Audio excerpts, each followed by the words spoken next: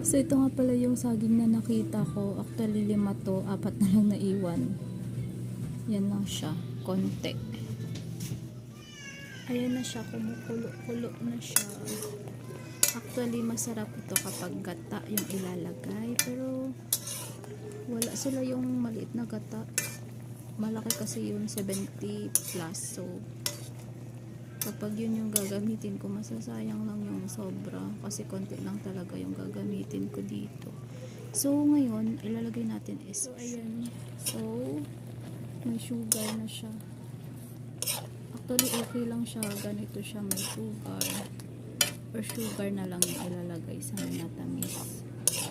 Goods na to, pero but then may gusto ka talaga kasi akong kainin, kaya effort. Oh, sarap-sarap. Pero with the twist to kasi. Wait lang, basta. With the twist yun. May ano ako dito, may milk.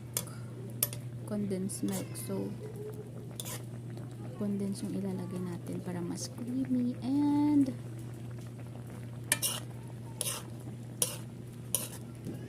super sweet. O, diba? Puro na sweet yung ano.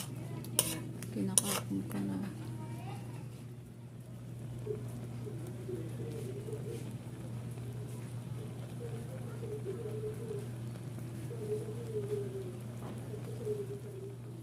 Ayan, with the condensed milk.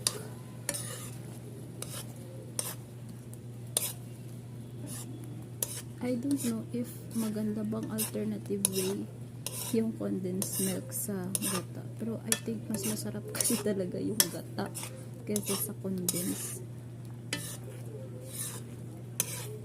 Gusto ko kasi talaga ng ano, ganito basaging na may gata. Mas delicious yun kaysa sa condensed. May condensed na.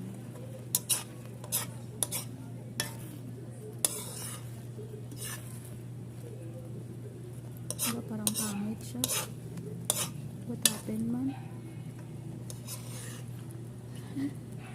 Pangit. Yung condensed, oh. Ganito ako kasarap mag-luto.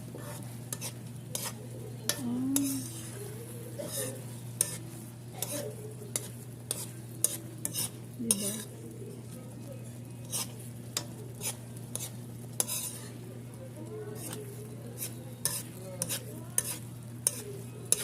Food is life. Enough na ni.